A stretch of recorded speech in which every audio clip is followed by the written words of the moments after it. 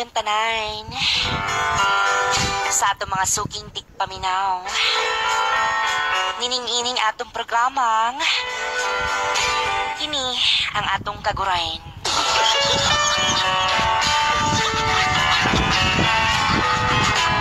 Mga madi, sa itong mga listeners karon at sa mga televiewers, aniya na po kita para magbasa og mga storyang pinasahid o budbud pinagahit.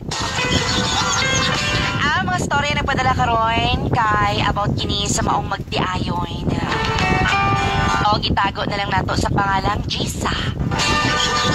Mani kini si Gisa, nakapuyo sa dakbayan sa General Santos City.